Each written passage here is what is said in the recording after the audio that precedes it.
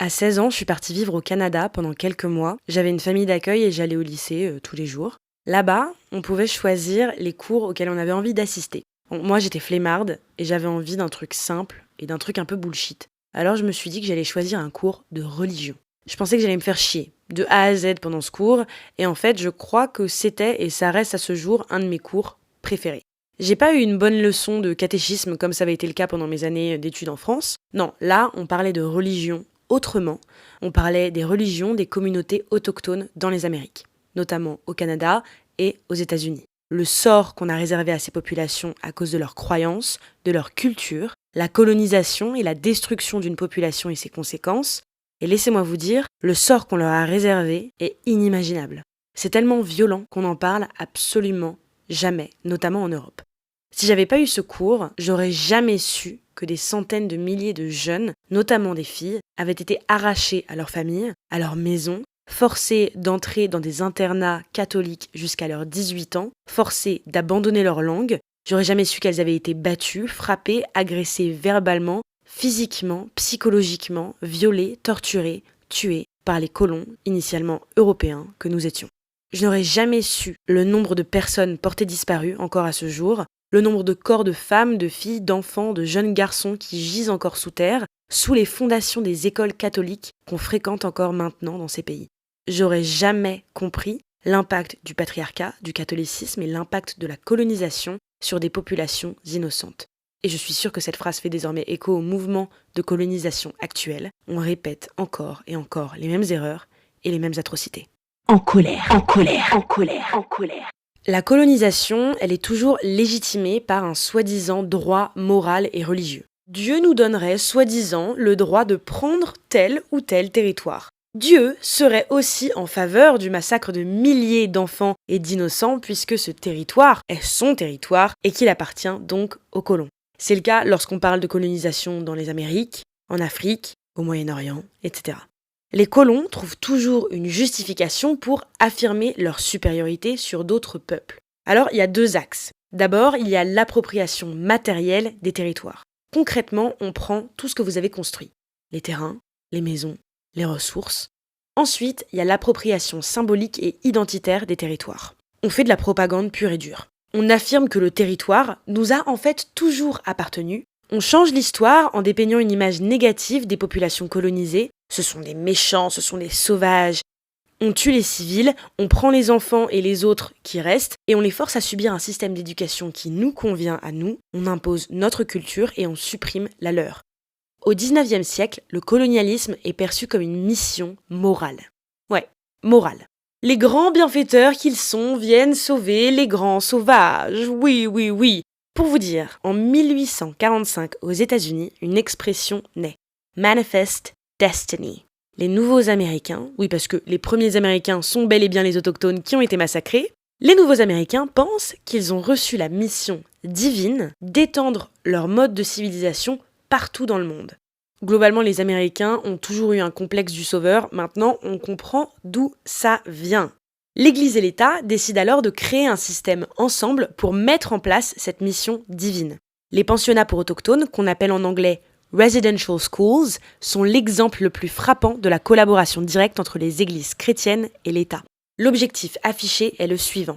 Kill the Indian in the child. Tuer l'Indien dans l'enfant. C'est quand même très parlant, hein.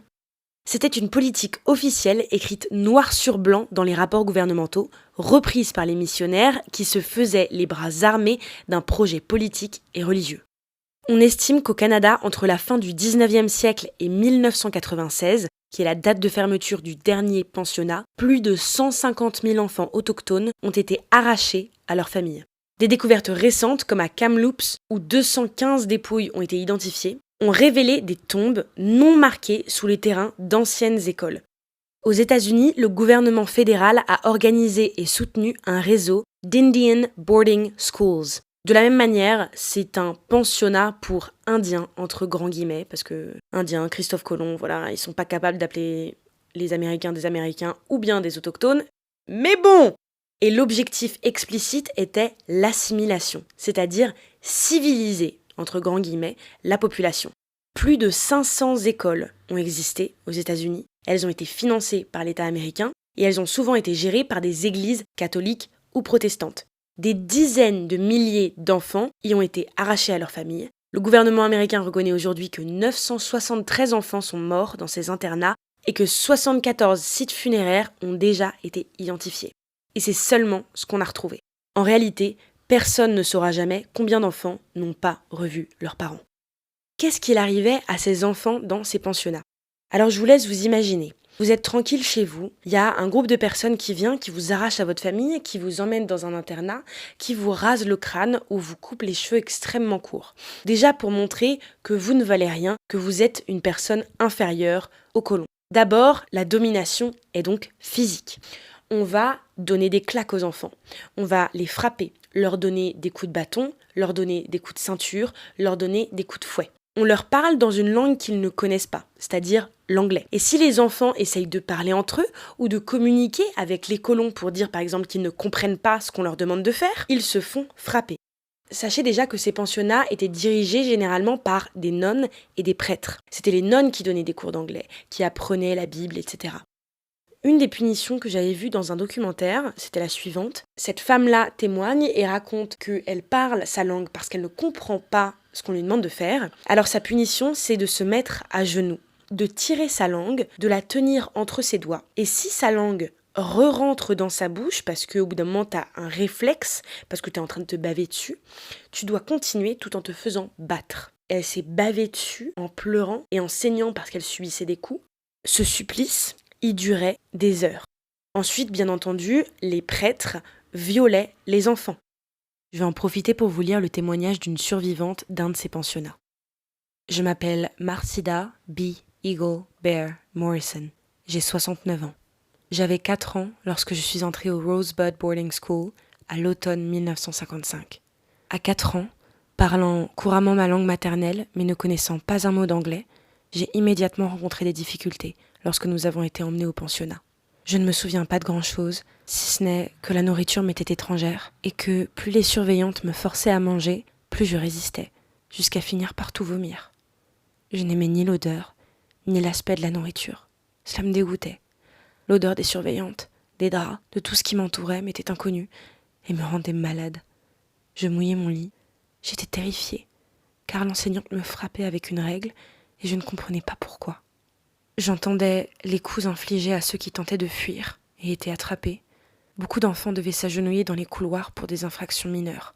Humiliation et honte étaient souvent infligées publiquement aux petites filles comme aux grandes. La pire expérience que j'ai vécue fut en 6e ou 7e année, quand le surveillant principal a frappé un jeune garçon juste devant moi. C'était un fugueur. Ce jour-là, il l'a battu à coups de poing, tout en criant des paroles haineuses. Il y avait un projet social. C'était reconfigurer les peuples autochtones dans le moule patriarcal, capitaliste et chrétien. Donc, on arrive dans un autre continent avec notre mentalité sexiste et on se dit, tiens, cette mentalité sexiste-là, si les autres ne l'ont pas, eh bien, c'est que ce sont des sauvages. En fait, à la différence de nos sociétés, beaucoup de sociétés autochtones fonctionnaient sur des systèmes matrilinéaires. Prenons l'exemple des Haudenosaunee, je ne sais pas si je le prononce bien, vous allez me pardonner, qu'on appelle souvent les Iroquois. Ce sont les mères aka maman, pas le maire de la ville, les mères de clans qui nommaient et révoquaient les chefs. Ces femmes-là contrôlaient les terres, contrôlaient l'agriculture et la vie politique. Les femmes autochtones avaient une voix et un vrai pouvoir de décision, à la différence de nos sociétés. Pareil chez les Navajos, chez eux, la maison appartenait à la femme et les enfants portaient le clan de leur mère. Bref, une organisation qui donnait aux femmes une autorité que les colons n'avaient pas l'habitude de voir et ne pouvaient certainement pas supporter. Et là arrive l'Allotment System, le Dawes Act de 1887, qui redécoupe les terres tribales et les attribue aux chefs de famille, bien entendu. Parce que la première chose qu'il a fallu régler, c'était le pouvoir beaucoup trop important des femmes. Donc ce pouvoir-là, on va le donner aux hommes. Résultat, les femmes perdent le contrôle des terres, les systèmes matrilinéaires sont brisés et les autochtones doivent soudain obéir au modèle de la famille patriarcale des colons. C'est un renversement total. D'un coup, les femmes passent du statut de décideuses à celui de subalternes dans leur propre société. Alors bien sûr, les hommes aussi ont été détruits par ce système, leur rôle de guerrier, de protecteur, d'éducateur s'est effondré, mais les femmes ont subi une double peine, la perte de leur pouvoir politique et économique et une exposition accrue aux violences sexuelles. Les statistiques aujourd'hui sont d'ailleurs glaçantes. Encore maintenant, plus de 4 femmes amérindiennes sur 5 ont subi des violences dans leur vie. Et plus d'1 sur 2 a été agressée sexuellement.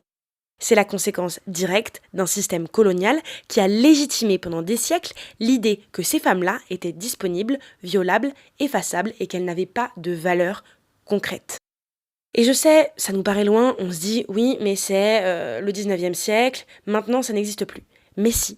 En 1978 seulement, les États-Unis ont dû voter une loi, l'Indian Child Welfare Act, pour empêcher qu'on continue de placer des enfants autochtones dans des familles blanches, comme si c'était des chiots complètement abandonnés. Et en 2023, cette loi a encore dû être défendue devant la Cour suprême parce que certains États voulaient la supprimer. Et si on l'adopte avec une perspective féministe, l'ampleur du projet colonial devient encore plus flagrante. Les politiques de colonisation n'ont pas seulement effacé des cultures, elles ont systématiquement effacé l'autorité, le savoir, la place des femmes dans les sociétés. Les sociétés matrilinéaires et matriarcales n'étaient pas inférieures, elles étaient fonctionnelles, et elles accordaient aux femmes un rôle politique, économique, social qui était central. Mais la colonisation, c'est ça qui a introduit le patriarcat occidental comme un outil de domination. Ça a redéfini la famille en redistribuant les terres via le Dawes Act et en imposant des normes religieuses et scolaires. Les colons ont fait des femmes autochtones les premières victimes de la perte de pouvoir et de la violence institutionnalisée. Le contrôle des corps, des sexualités et de la reproduction est devenu un outil central de cette oppression. Les pensionnats et les placements forcés d'enfants n'étaient pas neutres. Ils visaient aussi à briser les lignes matrilinéaires et à imposer la norme patriarcale en séparant les mères de leurs enfants et en inculquant des rôles genrés stricts. Les violences sexuelles et domestiques dont les femmes autochtones sont victimes aujourd'hui sont le prolongement de ces logiques coloniales. Comprendre le colonialisme à travers une lentille féministe, c'est voir que l'éradication des cultures autochtones et l'imposition du patriarcat sont indissociables. Les luttes contemporaines pour la protection des femmes autochtones sont à la fois des combats contre la violence et contre la mémoire effacée des sociétés où les femmes détenaient pouvoir et savoir. Aux États-Unis, le mouvement MMW, Missing and Murdered Indigenous Women, dénonce la disparition et le meurtre de milliers de femmes autochtones. Le gouvernement lui-même reconnaît que les femmes autochtones sont beaucoup plus susceptibles d'être assassinées que les femmes blanches. Dans certaines régions, elles disparaissent dans l'indifférence totale de la police. Les familles collent elles-mêmes les avis de recherche et font elles-mêmes les fouilles. Et le plus cynique, c'est que tout ça repose encore et toujours sur les mêmes logiques qu'au XIXe siècle. La colonisation est légitimée par un soi-disant droit moral, droit religieux ou même scientifique. Les colons, quels qu'ils soient, ont toujours trouvé une bonne excuse pour s'approprier un territoire. Dieu, la civilisation, la modernité, le développement économique, la démocratie. Hier, c'était Manifest Destiny et aujourd'hui, c'est sécurité nationale, lutte contre le terrorisme, développement. Le décor change, mais la pièce est toujours la même. Et ça me met très en colère. Vous venez d'écouter un épisode du podcast En colère. Si vous êtes toujours zen, c'est que vous n'avez pas écouté assez fort. Vous trichez. Bon alors maintenant, soit vous allez crier dans votre oreiller, soit vous écoutez l'épisode d'après. Allez, oust!